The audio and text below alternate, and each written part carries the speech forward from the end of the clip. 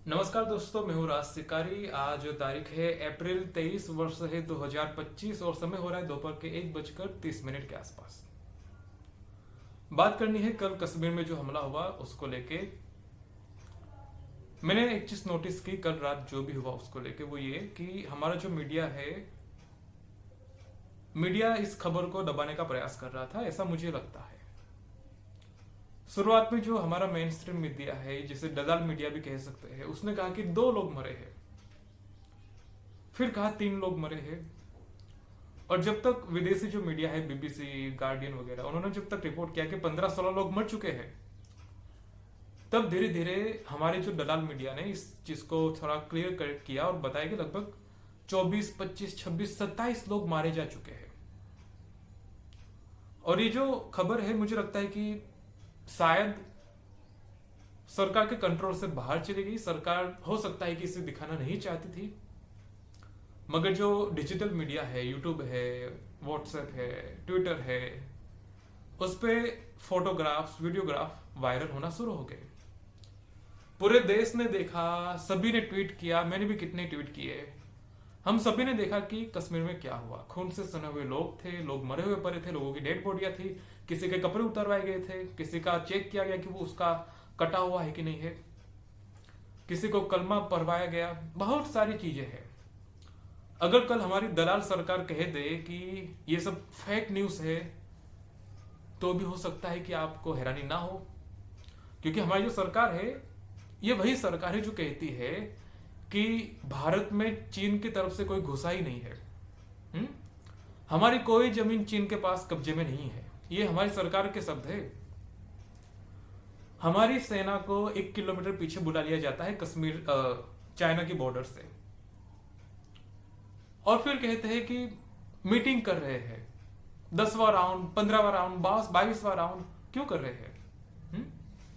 अगर कोई समस्या नहीं है, कोई आया नहीं है, कोई जमीन किसी के कब्जे में नहीं, तो फिर मीटिंग करना बंद करो। यही चीज हमने देखी थी दिल्ली में, जब रेलवे स्टेशन पे भगदड़ मची थी, अभी पिछले कुछ महीनों की बात है। भगदड़ में कितने लोग मारे गए थे, और पता चला कि इस खबर को भी दबाने का प्रयास किया गया। जो एडमिनिस्ट्रेशन था, जो सरकार थे, जो एजेंसियां थी, जो दलाल मीडिया था, सभी ने इस चीज को दबाने का प्रयास किया कि कोई भगदड़ हुई ही नहीं, स्टैम्पेड हुआ ही नहीं है कुछ। मगर फिर धीरे धीरे वीडियो फैले, सब कुछ फैला, धीरे धीरे लोगों को पता चला कि हाँ यार, भगदड़ हुई है। और यही चीज मैंने कल देखी। हमारा जो मीडिया था वो रिपोर्ट कर नहीं रहा था, कहा कि 2 लोग मरे हैं, 2 लोग। और यही चीज ये मीडिया हमेशा करता है, खास करके दलाल मीडिया। पिछले कुछ सालों से मैं देखता हूं, जब भी हमारे सैनिक मारे जाते हैं, 1 सैनिक, 2 सैनिक, 3 सैनिक, तो नीचे की पट्टी में न्यूज चला दी जाती है कि 1 सैनिक की मौत, 2 सैनिक की मौत, जैसे कोई बड़ी बात ही नहीं है, इस तरीके से। तो ये तो अपनी जगह पे है। कल जब ये मामला हुआ, अचानक से पूरे देश को ये पता चला कि लगभग हमारे 26-27 लोग मारे जा चुके हैं, और वो भी ऐसे लोग जो कि निर्दोष लोग थे, जिनकी कोई नफरत नहीं थी, कोई गुस्सा नहीं था। और मैं समझता हूं कि ज्यादातर सेक्युलर लोग ही हो गई है, सेक्युलर लोग ही हो गई है। अगर इनसे पूछा जाए कि भाई तुम हिंदू हो कि सेक्युलर हो, कहेंगे कि सेक्युलर है हम लोग। वो तो अपनी जगह है, मगर क्या हमारे देश की सरकार कश्मीर को क्या बदलना नहीं चाहती? अगर मैं बात करूं इसराइल की, अगर मैं बात करूं वेस्ट बैंक की, वेस्ट बैंक में सरकार ने, इसराइल ने खतरनाक लेवल पे चेंजेस लाए हैं। वेस्ट बैंक की बात करूं तो वहां पे जो भी रहते थे सबको निकाला, भगाया, फेंका, बुलडोजर चला दिया। जो भी खेत थे, रास्ते थे, सब कुछ हड़प लिया, और उसके ऊपर नई नए मकान बनाए, नई बिल्डिंगें बनाई, और उस मकानों को सस्ते भाव में दिया गया इजराइल के लोगों को वहां पे रहने के लिए। ये पूरा सिस्टम समझो। सरकार को खर्चा हुआ, सरकार को खर्चा उठाना पड़ा, वहां पे सुरक्षा भी प्रोवाइड करवानी पड़ी। इतना ही नहीं, वहां पे जो सुविधाएं भी है, वहां पे इलेक्ट्रिसिटी का बिल कम आता है, पानी का बिल कम आता है, वहां पे जो ग्रोसरी स्टोर है, सब्जी मंडी है, वहां पे भी कम खर्चों में सब्जियां बेची जाती है, जिससे कि वहां पे ज्यादा से ज्यादा लोग जाए, वहां पे लोग घर लेके रहे, वहां पे लोग बिजनेस करे। सरकार को बहुत बड़े लेवल पे खर्चा होता है इसको लेके, मगर सरकार चाहती है, इजराइल की सरकार, कि वेस्ट बैंक हमारे पास हो, हमारे लोग ही वहां पे रहे और कोई वहां पे घुसपैठिया ना रहे। इजराइल की सरकार खतरनाक लेवल पे वेस्ट बैंक को सिक्योर करने के लिए खर्चा कर रही है तो लोकतंत्र ही ना वो। उसके लिए आपको डिक्टेटरशिप बनने की कोई जरूरत नहीं है। वहीं मैं बात करता हूं कश्मीर की। एक पानीपुरी वाला होता है बेचारा, कश्मीर में पानीपुरी बेच रहा होता है, उसे कुछ अज्ञात लोग आके गोली मार के चले जाते हैं। एक आदमी अपना धंधा कर रहा है, पूरा दिन अपना सामान बना के, पानीपुरी बना के, शाम को ठेला लगा के खड़ा है कि भाई कुछ मेरी इनकम हो जाए। बिहार का आदमी बिहार में नौकरी ना होने के चलते कश्मीर जाता है, वहां पे उसे गोली मार दी जाती है। एक छोटे व्यक्ति को, एक पानीपुरी वाले को अगर हमारी एजेंसियां, हमारे जो मिलिट्री है, हमारी जो सरकार है, अगर वो सुरक्षा नहीं पहुंचा पा रही, तो फिर आम लोगों की मैं क्या ही बात करूं। कश्मीर में जो बैंक के कर्मचारी है वो भी सुरक्षित नहीं है, आम लोग भी सुरक्षित नहीं है। कोई भी कहीं पे भी आके गोली मार के चला जाता है। मैं समझता हूं कि कोई चेकिंग नहीं होती क्या, कोई चेकिंग नहीं होती क्या? जो पुलवामा में जो 300 किलो आरडीएक्स था, स्कॉर्पियो गाड़ी में जो भी कहो, जो 300 किलो आरडीएक्स था, उस पर कुछ रिपोर्ट निकली क्या? कैसे वो स्कॉर्पियो गाड़ी मिलिट्री के काफिले में आ गई? कोई रिपोर्ट, कोई जांच, कुछ भी निकला क्या? और इस पे जो रक्षा मंत्री थे, जिन्होंने हवाई जहाज नहीं दिया, 3 बार रिक्वेस्ट करने के बाद भी अगर हवाई जहाज नहीं दिया ट्रांसपोर्ट के लिए, तब जाके उन्हें रास्ते से जाना पड़ा और उनकी जान गई। कोई कार्यवाही हुई, कोई अकाउंटेबिलिटी है, या फिर चुप्पी साध ली सब लोगों ने? चलो वो बात अपनी जगह पे। पुलवामा में हमला हुआ, उसको लेकर अभी तक हमें देश को कोई पता नहीं है कि क्या हुआ। बात करते हैं अभी हाल ही में, पिछले कुछ साल की बात है। हमारे जो मिलिट्री के जनरल थे बिपिन रावत, उनका हेलीकॉप्टर क्रैश हो गया, अंदर से ब्लैक बॉक्स वगैरह सब कुछ निकाला, रिपोर्ट बनाई। क्या वो रिपोर्ट पब्लिक हुई? कुछ पता चला कि हेलीकॉप्टर क्रैश क्यों हुआ, किस तरीके से हुआ, किस कारण से हुआ? कुछ भी पता चला क्या? कोई अकाउंटेबिलिटी, कोई जिम्मेदारी कुछ है कि नहीं है? कोई अकाउंटेबिलिटी है? यही सरकार पार्लियामेंट में कहती है कि कोरोना में जो लोग मरे हैं उसमें से एक भी मौत ऑक्सीजन की कमी से नहीं हुई है। बेशर्मी देखिए आप इन सरकार की। और सरकार को मैं क्या ही दोष दूं, क्या ही दोष दूं मैं? सरकार क्या अपने आप से चुनी जाती है? अपने आप से चुनी जाती है क्या? सरकार को क्या लोग नहीं वोट देते?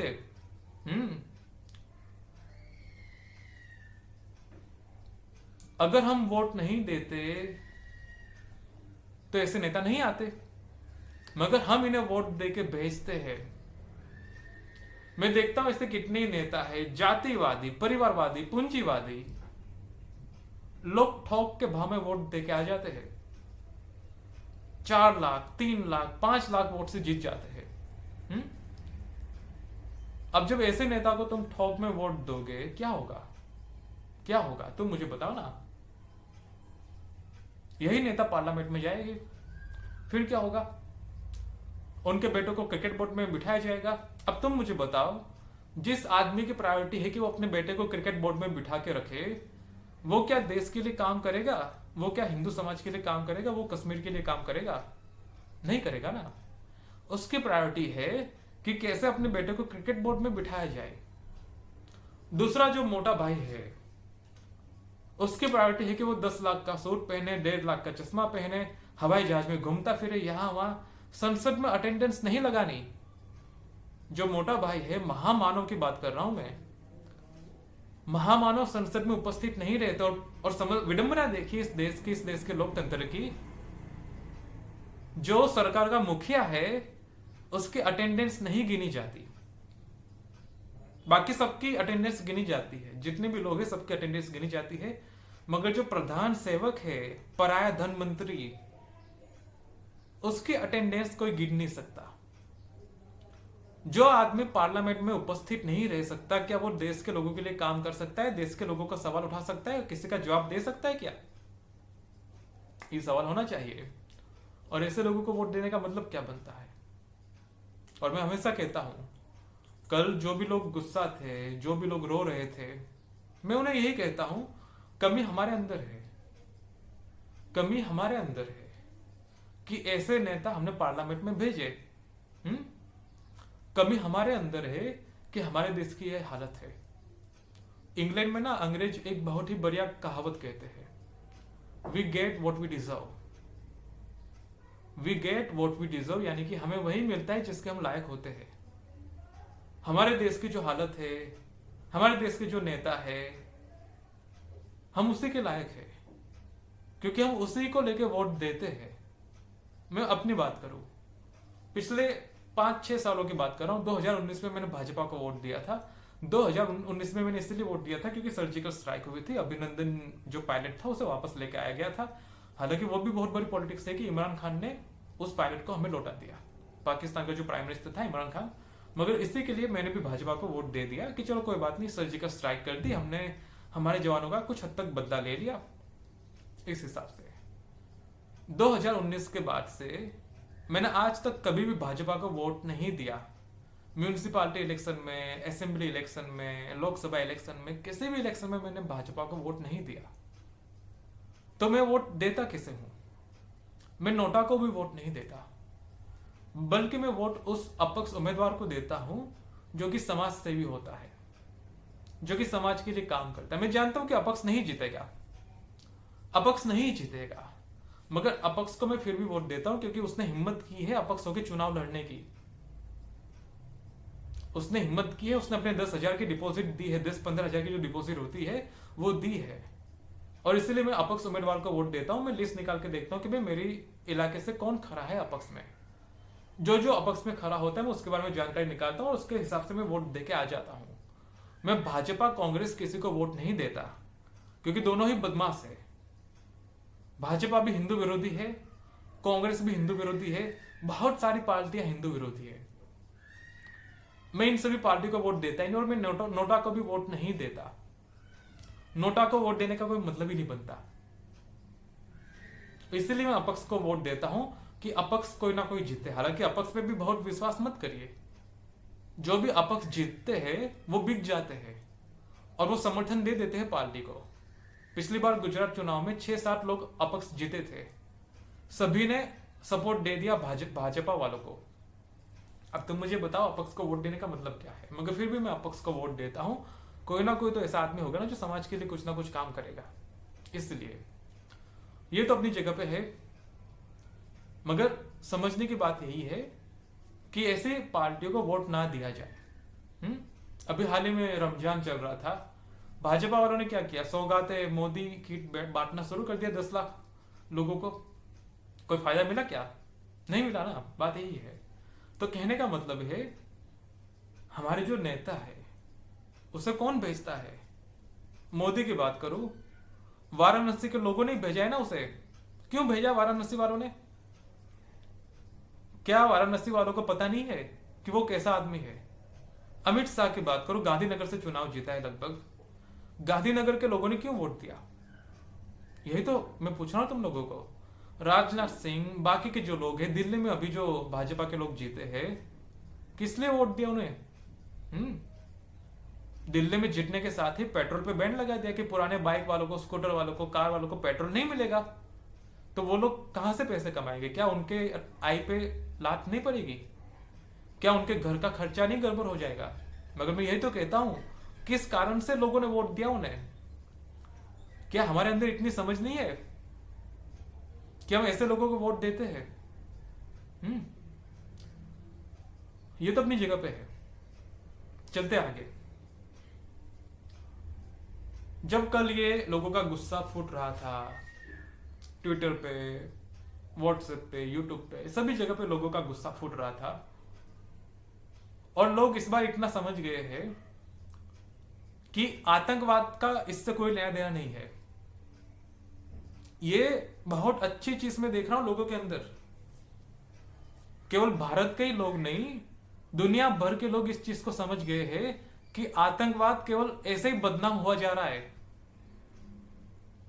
आतंकवाद को ऐसे ही बदनाम किया जा रहा है। असल में जो एक खास कैटेगरी के लोग हैं उनका तो पूरा उद्देश्य यही है, मगर वो अपने आप को बदनामी से बचा सके इसलिए आतंकवाद का चोला ओढ़ लेते कि यार ये तो आतंकवादी है, क्या ही करे।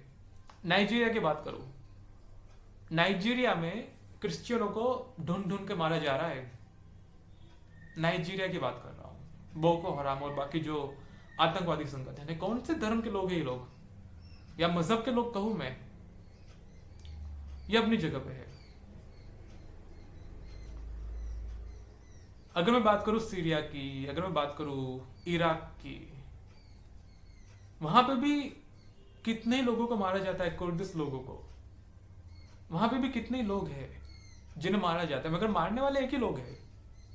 ये खूबसूरती आपको समझनी पड़ेगी। मरने वाले सभी काफिर है, मगर मारने वाले एक ही लोग हैं। और उस एक लोगों को छुपाने के लिए ही आतंकवाद को बदनाम किया जाता है। आतंकवाद क्या है यार? दुनिया में कितने आतंकवादी संगठन है, तुम मुझे बताओ ना। आतंकवाद ऐसे ही बदनाम हुआ जा रहा है, मगर धीरे धीरे दुनिया को, भारत के लोगों को, सबको समझ आ रहा है आतंकवाद केवल एक ही लोग फैलाते हैं, एक ही लोग आतंकवाद फैलाते हैं। चलते इसके आगे। कल जब ये हुआ, कुछ बुद्धिजीवी, कुछ लिबरल, कुछ वॉक माइंडेड लोगों का वही रटा रटाया भाषण शुरू हो गया कि पाकिस्तान तो चाहता ही है कि भारत में धार्मिक बंटवारा हो जाए। पाकिस्तान तो चाहता ही है कि भारत में ये हो, पाकिस्तान तो चाहता है कि भारत के लोग आपस में दुश्मनी करें।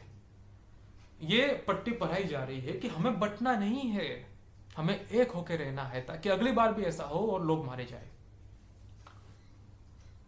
मगर वो जो मुट्ठी भर जब लोगों को ये भाषण देते हैं, उससे कई ज्यादा लोग ये समझ चुके हैं कि इस सब बकवास की बातों में हमें नहीं आना। और ये बहुत ही कमाल की बात है, बहुत ही कमाल की बात है कि भारत के लोगों को एटलीस्ट समझ आ रहा है। और कल भाजपा वालों को भी खतरनाक गालियां पड़ी है। कल भाजपा के लोगों को, भाजपा के मंत्रियों को, कैबिनेट को, सबको गालियां पड़ी है और पढ़नी भी चाहिए। और यही एक कारण था कि अमित शाह तुरंत भागे कश्मीर की तरफ, मोदी तुरंत सऊदी अरब से कैंसिल करके भारत आ गया यूटर्न लेके। मगर इतना तो काफी नहीं है ना। हुआ क्या? हाई लेवल मीटिंग, फिर से हाई लेवल मीटिंग। मीटिंग में निकलता क्या है? कुछ नहीं निकलता, बस मीडिया ने हेडलाइन चला दी। और दलाली की आप सीमा देखिए। आज तक की खबर है कि मोदी जी जब सऊदी अरब से भारत आ रहे थे तो उन्होंने पाकिस्तान का एयर स्पेस उपयोग में नहीं लिया, बहिष्कार कर दिया पाकिस्तान का, एक मैसेज पहुंचाया। अब इन दलालों को मैं क्या ही समझाऊं। सऊदी अरब और भारत, अगर आपको दोनों के बीच में जाना है तो आपको वैसे भी पाकिस्तान नहीं जाना। गुजरात के किनारे के आसपास ही पड़ता है सऊदी अरब। अगर आप नाव लेके भी जाएंगे ना तो आप सऊदी अरब पहुंच जाएंगे, यमन पहुंच जाएंगे। क्या चुतियापा है। मोदी जी ने पाकिस्तान का हवाई जहाज, पाकिस्तान में अपना हवाई जहाज नहीं घुसने दिया। ये हेडलाइन है क्या? मतलब कि देश के लोगों को किस हद तक बेवकूफ बनाया जा रहा है।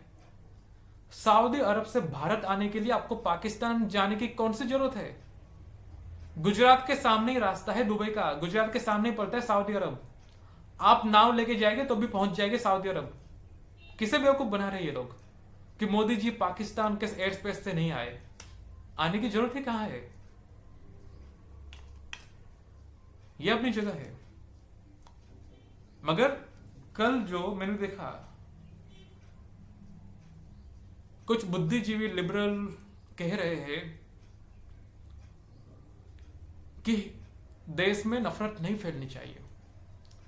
और इन बुद्धिजीवी का लॉजिक देखिए आप, कह रहे हैं कि इसका विरोध प्रदर्शन भी ना होने दिया जाए। अगर विरोध प्रदर्शन होगा तो देश में नफरत फैलेगी। और ये खुद को लोकतांत्रिक कहते हैं।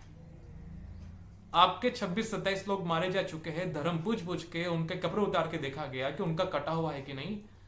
और ये जो बुद्धिजीवी लिबरल का कहना है कि देश में विरोध प्रदर्शन ना होने दिया जाए, अगर ऐसा होगा तो माहौल खराब हो सकता है, माहौल गर्म हो सकता है। बुद्धिजीवियों से मैं पूछना चाहता हूं,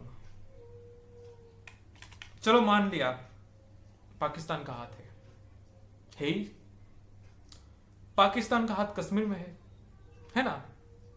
अभी हाल ही में मुर्शिदाबाद में दंगे हुए, लोगों को मारा गया। मुर्शिदाबाद में जो दंगे हुए उसमें क्या पाकिस्तान था? मुझे जवाब दो इसका। मुर्शिदाबाद के पहले नागपुर में दंगे हुए, वहां पे क्या पाकिस्तान था? मुझे जवाब दे इसका। नागपुर के पहले भी कई जगह पे दंगे हुए। आप बात करें राजस्थान की, वहां पे भी दंगे हुए किसी ना किसी मामले को लेके। क्या वहां पे पाकिस्तान था? तो मुझे बताओ ना, क्या चुतियापा है ये? क्या बेवकूफी भरी बातें कर रहे हैं, या लोगों को बेवकूफ बनाया जा रहा है? हमारे देश में शुरू से ही ये चल रहा है, शुरू से ही ये चल रहा है। कलकत्ता में पूरे एक परिवार को मार दिया गया था। कलकत्ता में जब चुनाव हुए थे पिछली बार विधानसभा के, जो आगजनी फैली थी, जो हिंसा हुई थी, उसमें कितने परिवारों को मार दिया गया। वहां पे कौन सा पाकिस्तान है? तो मुझे बताओ, वहां पे है क्या पाकिस्तान? नहीं है ना। तो हम कब तक अपने आप को चूतिया बनाएंगे ये कह के कि ये आतंकवाद है? कब तक पाकिस्तान के नाम पे हम बिल फाड़ेंगे? और चलो माना कि पाकिस्तान है, एक पल के लिए मान ले कि हाँ पाकिस्तान है, तो पाकिस्तान तो करेगा ये। क्या हम अपने लोगों को नहीं बचा सकते? दुनिया में केवल पाकिस्तान थोड़ी है जो हम पे हमला करता है। पाकिस्तान करता है हमला, मगर क्या अकेला पाकिस्तानी है जो हमारे ऊपर हमला करता है? बताओ मुझे, अकेला पाकिस्तान है क्या जो हमारे ऊपर हमला करता है? क्या नेपाल के साथ गोलीबारी नहीं होती? क्या नेपाल के सैनिक हमारे सैनिक पे गोलियां नहीं चलाते? चलाते हैं ना। तो फिर जब चाइना के साथ हमारा टकराव होता है, हमारे 50-60 लोग मारे जाते हैं, सैनिक मारे जाते हैं हमारे, तो क्या चाइना हम पे हमला नहीं करता? करता है। जब श्रीलंका की नेवी भारत के मछुआरों पे गोलियां चलाती है, भारत के मछुआरों को मार देती है, तो क्या श्रीलंका हम पे हमला नहीं करता? करता है ना। ये सब कौन है? हमारी हमारी टुकड़ों पे पड़ने वाले लोग ही है, श्रीलंका और बाकी सब देश। जब बांग्लादेश में हिंदुओं को मारा जाता है, जब बांग्लादेश के नेता कहते हैं कि बंगाल को ले लेंगे, आसाम को ले लेंगे, बिहार को हड़प लेंगे, क्या वो एक तरीके से हिंसा नहीं है हमारे देश के खिलाफ? है हिंसा। दुनिया के सभी लोग आपको मारेंगे, केवल पाकिस्तान नहीं, दुनिया के सभी लोग आपको मारेंगे अगर आप उसका प्रतिकार नहीं कर सकते। पाकिस्तान मारता है, उसकी फितरत में है मारना। वो सांप है, सांप है एक तरीके से। सांप को आप कितना भी दूध पिला दे, जो भी करे, वो नहीं सुधरेगा, नहीं सुधरेगा। मगर आप अपने आप को बचा ना पाए, मैं इस चुतियापे को नहीं समझ पा रहा हूं। इजराइल को देख लो, इजराइल के चारों तरफ इस्लामिक देश है, सभी ने मिलकर हमला किया, मगर फिर भी उन्होंने लड़ा, अपने कितने सैनिकों को मरवाया, कितने सैनिकों ने अपनी जान दी, मगर फिर भी वो सरेंडर नहीं किए। आप श्रीलंका से अपने मछुआरों को नहीं छुड़वा पाते, आपकी वहां पे फट के 64 हो जाती है।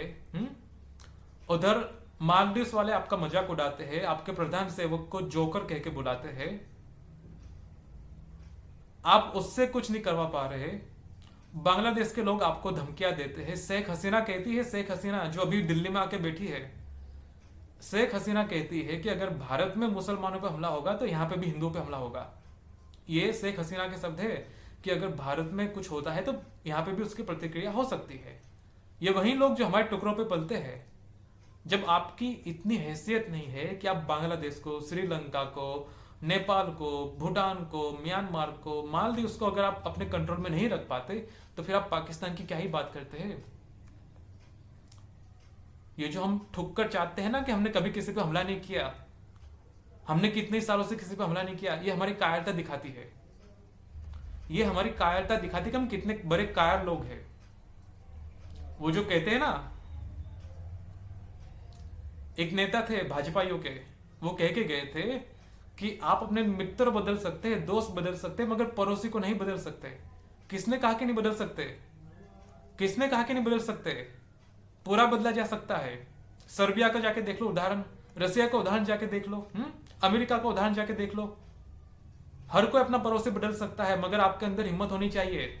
अगर नहीं है तो इसका मतलब है कि आप कायर है, और कायरता को आप इस तरीके से लिपापोती करके देश को पढ़ाइए मत। और इस देश की समस्या यही है कि इस देश के लोगों को कायर वाली बातें समझाई गई है, पढ़ाई गई है और दिमाग में डाली गई है। क्या लॉजिक है कि आप अपने पड़ोसी नहीं बदल सकते?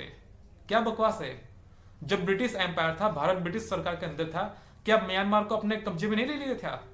जो बर्मा था उस समय, क्या बर्मा को अपने अंदर नहीं हड़प लिया था? ब्रिटिश सरकार ने हड़प लिया था। मगर आपके अंदर वो हिम्मत नहीं है, आपके अंदर वो हिम्मत नहीं, आपकी फटती है, इसलिए आप डरपोक है। या तो आप डरपोक है, या तो आप वहां पे बैठ के मलाई खाना चाहते हैं, क्योंकि युद्ध के कॉन्सिक्वेंसेस होते हैं। अगर आप युद्ध शुरू करेंगे, आपको युद्ध की कीमत चुकानी पड़ेगी। अगर युद्ध की कीमत चुकानी पड़ेगी तो देश की अर्थव्यवस्था, देश के समाज पे, देश के लोगों पे उसका इफेक्ट पड़ेगा। और अगर उसके इफेक्ट पड़ेंगे तो आपको चुनाव जीतने में समस्या होगी। कहने का मतलब, आपको लगता है कि अगर हम कुछ बड़ी कार्यवाही करेंगे तो हमारी कुर्सी हिलने लगेगी। बस यही कारण है। अगर आप 10 लाख का सूट पहन के खुश है, अगर आप 1.5 लाख का चश्मा पहन के खुश है, अगर आप हवाई जहाज की यात्रा करके खुश है, तो फिर आप क्यों कुछ करेंगे देश के लिए? ये है। चलते इसके आगे।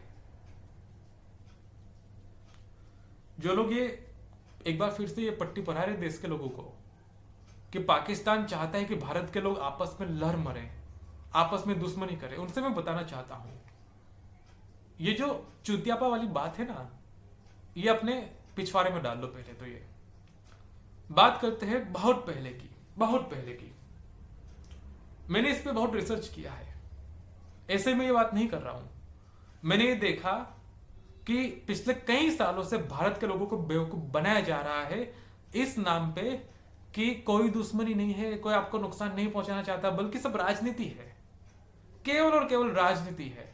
तो जो आम हिंदू है उसे लगता है कि राजनीति है यार, फिर हमें डरने की, चिंता करने की क्या ही बात है। आम हिंदू के दिमाग में यही कचरा है। आम हिंदू को यह लगता है कि सब कुछ केवल राजनीति है, बाकी किसी से कोई खतरा नहीं है। आम हिंदू के दिमाग में ये मानसिकता घुसा दी गई है, और इसके पीछे बहुत सारे कारण हैं, मगर मैं समझता हूं कि हिंदू के समझना पड़ेगा। बात करते हैं पुराने काल के, मुगल काल की, ठीक है, अकबर की। वैसे अकबर कोई बहुत महान नहीं था, उसने भी कितनी हत्याएं की है, कितने लोगों को मारा है, कितनों के सर कटवाए हैं, सर चुनवाए हैं दीवारों के अंदर। और वो भी एक बहुत बड़ा वुमनाइजर था। वुमनाइजर यानी कि महिलाओं को किडनैप करके अपने पास रखा करता था, उनके साथ गलत चीजें किया करता था, ठीक है, महिलाओं को अपने साथ रख के। तो जो अकबर था, उसने एक दिन कुछ एक्सपेरिमेंट किया। उसने एक इबादत गाह बनाया और एक धर्म की स्थापना की। वो जो धर्म था वो था दीन इलाही। दीन इलाही जो धर्म था उसके बारे में आपको थोड़ी बहुत जानकारी होगी, मगर उसको लेके पूरी जानकारी यहाँ पे आपको सुननी चाहिए। तो ये जो धर्म था उसके लिए एक पूजा स्थल था, इबादत खाना। अब हुआ ये कि वहां पे कोई भी जा सकता था। ये जो धर्म था वो सभी के लिए था, दीन इलाही।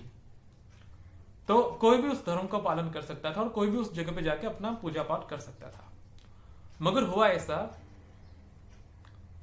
कि जो मौलवी थे, मौलवियों ने उसके खिलाफ फतवा निकाला, कहा कि ये गैर इस्लामिक है, ये गैर इस्लामिक है, और मुसलमान अल्लाह के सिवा, इस्लाम के सिवा किसी और धर्म के तरफ नहीं झुक सकता। इसका परिणाम ये हुआ कि मुसलमान उस जगह पे इबादत करने के लिए या इबादत गाह पे जाना पूरी तरीके से बायकॉट कर दिया। कोई भी मुसलमान वहां जाता नहीं था। ये जब हुआ तो हिंदू भी वहां पे थोड़ा जाना बंद ही कर दिया एक तरीके से। ना हिंदू वहां पे गया, ना ही मुसलमान वहां पे गया इस इबादत खाने पे। आखिर में हुआ ये कि वो इबादत खाना बंद कर देना पड़ा। कोई जा ही नहीं रहा था, फिर क्या, कोई जा ही नहीं रहा था, फिर क्या। तो मैं उन सेक्युलरों से, लिबरलों से पूछना चाहता हूं, क्या मुगल काल में भी इतनी नफरत थी क्या? उस समय पाकिस्तान था क्या? नहीं था ना। तो फिर किसको चूतिया बना रहे हैं आप लोग? जब मुगल काल में ये सब हो रहा था, जब मुगल काल में आपके साथ इतनी बर्बरता हो रही थी, ऐसे हो रही थी क्या? ऐसे हो रही थी क्या? बताओ। चलते उसके आगे, जब ब्रिटिश काल आया तो सारा जो दोस्त था वो अंग्रेजों को दिया गया कि यार अंग्रेजी खराब है, अंग्रेजी भारत के लोगों को लड़ाना चाहते हैं, भारत में दुश्मनी फैलाते हैं, जहर फैलाते हैं। तो मैं उनसे पूछना चाहता हूं, कोई आके तुम्हें लड़ाएगा तो क्या तुम लड़ने लगोगे क्या? खुद का दिमाग नहीं है क्या? कोई अंग्रेज आके, कोई विदेशी आके तुम्हें लड़ाएगा तो क्या तुम चूतियों की तरह लड़ने लगोगे क्या? नहीं ना। अगर तुम लड़ रहे हो तो इसका मतलब है कि शुरू से ही तुम्हारा यही चल रहा था, शुरू से ही। और अगर किसी को सुनना हो तो मैं बता दूं, मैं ऐसे कितने ही वाक्य यहां पे लाके बता सकता हूं। ब्रिटिश सरकार के आने से पहले ही कितने ही ऐसे वाक्य हो चुके हैं जहां पे धर्मों के हिसाब से लोगों को मारा पीटा जा रहा था। मैं बीच में एक ब्रिटिश ऑथर की किताब पढ़ रहा था। उन्होंने, ब्रिटिश ऑथर थे, उन्होंने लिखा था कि जब भारत पे जब ब्रिटिश जहाज आके रुके थे तो भारत के जो हिंदू थे वो अपने आप को लंबी दाढ़ी में मुसलमान की तरह दिखाते थे। और जब ये सब पता किया गया कि ऐसा क्यों है, जो हिंदू है वो मुसलमान की तरह कपड़े पहन के, दाढ़ी पहन के क्यों घूमते हैं, तो ब्रिटिशों को पता चला कि अगर वो इस तरीके से दाढ़ी बढ़ा के नहीं घूमेंगे तो उन्हें मार दिया जाएगा। और ये ब्रिटिश राइटरों ने अपनी किताबों में लिखा हुआ है।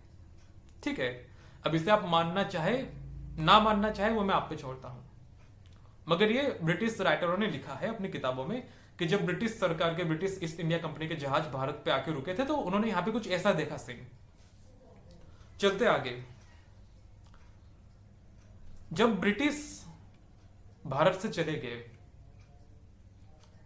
तब भी दंगा फसाद कम हुआ नहीं, तब भी लड़ाई झगड़े, मार झगड़े कुछ कम हुए नहीं। तो इन्हें चाहिए था एक नया दुश्मन, एक नया विक्टिम। वो नया विक्टिम या जो भी कहो वो था संघ परिवार। उन्हें एक तरीके से एक्यूज किया गया कांग्रेस के द्वारा कि जो संघ परिवार है ये भारत में नफरत फैलाता है। और जो भी कहो, अगर नफरत फैलाता है तो आप पूरी तरीके से बैन लगा दीजिए। अगर आपको लगता है कि आरएसएस के लोग नफरत फैलाते हैं, हालांकि मुझे लगता है कि आरएसएस के लोग हिंदूवादी नहीं है। मैं नहीं समझता कि आरएसएस के लोग हिंदूवादी है, जबकि बल्कि वो सेक्युलर है। इफ्तार पार्टी का आयोजन करते हैं, सेक्युलर काम करते हैं, चर्च में जाके काम करते हैं, मस्जिद में जाके काम करते हैं। वो सेक्युलर लोग हैं, वो हिंदूवादी लोग है ही नहीं। ठीक है, मगर फिर भी ये जो विभाजनकारी लड़ाइयां थी उसकी टोपी पहले मुगलों के सर पे डाली गई, फिर अंग्रेजों के सर पे डाली गई, फिर संघ के सर पे डाली गई कि आरएसएस वाले लोगों को लड़वाते हैं। कल किसी और के सर पे डाल दिया जाएगा कि यार ये लोग खराब है, ये देश में दंगे करवाते हैं। आज पाकिस्तान के सर पे डाला जा रहा है ना। पाकिस्तान करता है, उसमें कोई दो राय नहीं है, मगर कहने का मतलब ये है, क्या आप उसे रोक नहीं पा रहे? क्या आप नहीं रोक पा रहे? ये सवाल है। एक समय था जब भारत में सोवियत यूनियन के बहुत सारे जासूस थे और ये रिटन डॉक्यूमेंटेड है कि सोवियत यूनियन के द्वारा बहुत सारे भारत के नेताओं को रिश्वतखोरी दी गई ताकि पॉलिसी बदली जा सके। ठेला भर भर के पैसे दिए गए भारत के नेताओं को। ठीक है, ये सोवियत यूनियन के डॉक्यूमेंट्स में लिखा हुआ है, सब कुछ डॉक्यूमेंटेड है। ठीक, आप पढ़ सकते हैं। कहने का मतलब यह है, कभी सोवियत यूनियन आपके देश में घुसपैठ कर देता है, कभी पाकिस्तान आपके देश में घुसपैठ कर लेता है, कभी चाइना आपके देश में घुसपैठ कर लेता है, कभी अमेरिका के एजेंट आपके देश में घुसपैठ कर जाते हैं। अगर हर कोई आपके देश में घुसपैठ कर लेता है तो इसका मतलब है कि आप चूतिया है, आपके अंदर काबिलियत नहीं है, आपके लक्षण नहीं है कि आप अपनी रक्षा कर पाए। ये मानना पड़ेगा हमें, है ना, ये मानना पड़ेगा हमें। हमारे अंदर ये काबिलियत नहीं है कि हम अपने आप को बचा पाए, हम अपने आप की रक्षा कर पाए। मैं बात करता हूं जब चाइना के साथ हमारा युद्ध हुआ था पंडित नेहरू के समय 1962 में लगभग, पंडित नेहरू तुरंत लेटर लिखते हैं अमेरिका को कि भाई हमें हथियार भेजवाओ, हमारे पास हथियार नहीं है। दूसरे विश्व युद्ध के जो हथियार थे हिटलर के सामने जो लड़े गए थे, वही हथियार हमारे सैनिकों के पास है। तो वहां पे जो अमेरिका के राष्ट्रपति थे उन्होंने हवाई जहाज भेजे कलकत्ता, और एक जो उनका IAS USS किटी हॉक एक जहाज था यूएस कैरियर का, अमेरिकन नेवी का, वो इंडियन ओशन में भेजा जिससे कि भारत की सरकार को थोड़ा विश्वास रहे। दूसरी तरफ चाइना ने भी देखा कि अमेरिका के जहाज कलकत्ता आके उतर रहे हैं, हवाई जहाज जिसमें हथियारों के सामान है, और अमेरिका की जो नेवी का जो जहाज था किटी हॉक वो भी बंगाल के सागर में खड़ा था, और इसलिए वो युद्ध बहुत समय तक नहीं चला लगभग। मगर इसमें भी एक बहुत बड़ी जो ट्विस्ट वाली बात है वो ये कि अमेरिका के हथियार हमारे देश में आ गए, मगर समस्या वहां हुई कि हमारे सैनिकों को वो हथियार चलाना नहीं आ रहा था। वो हथियार आगे पड़े रहे, सैनिकों को पता ही नहीं कि इस अमेरिकन हथियारों को कैसे चलाना है। ये है हालत, ठीक है। उस समय भी ये हालत थी हमारे देश की, और आज 2025 में भी हमारे देश की ये हालत है। ये हमें समझना पड़ेगा। अगर हम अपना देश नहीं संभाल पा रहे तो मुझे नहीं लगता कि हमारा कोई देश बचेगा, सीधा बता रहा हूं मैं। और मैं दूसरों को दोष नहीं देता, मैं पाकिस्तान को दोष नहीं देता, मैं चाइना को दोष नहीं देता, मैं बांग्लादेश, श्रीलंका, नेपाल किसी को दोष नहीं देता, मैं भारत के नेताओं को भी दोष नहीं देता, समझे। मैं दोष देता हूं केवल भारत के लोगों को, भारत के लोगों को मैं दोष देता हूं। मैं पिछले लगभग 2 साल से ये कार्यक्रम चला रहा हूं कि हम लोगों को जोड़े, लोगों को मिले, लोगों को समझाए कि भाई हमारे ग्रुप में जुड़ो। पिछले 2-3 सालों से कोई भी नहीं जुड़ रहा, जुड़ तो कोई नहीं रहा, ऊपर से कोई आर्थिक सहायता भी नहीं आ रही, कोई आर्थिक सहायता नहीं आ रही, किसी ने अठन्नी चवन्नी भी नहीं भेजी, ठीक है। मगर यही लोग थोक के भाव में वोट दे के आते हैं नेताओं को, वो नेता जो कि इनके लिए कुछ नहीं करता। ये समझना पड़ेगा। लोग पागल हो जाते हैं जब वो आते ना महामानव उंगली दिखाते हुए ऐसे ऐसे करके, लोग पागल हो जाते, अरे अरे महामानव आ गया, वोट दो इन्हें, ऐसे उंगली दिखाता है, वोट लेके चला जाता है, 5 साल बाद आता है फिर वापस। ये है, तो कमी हमारे अंदर है। पाकिस्तान हम पे हमला करे, आतंकवादी भेजे, गोलीबार करे, जो भी करे, क्यों करता है, क्यों करता है?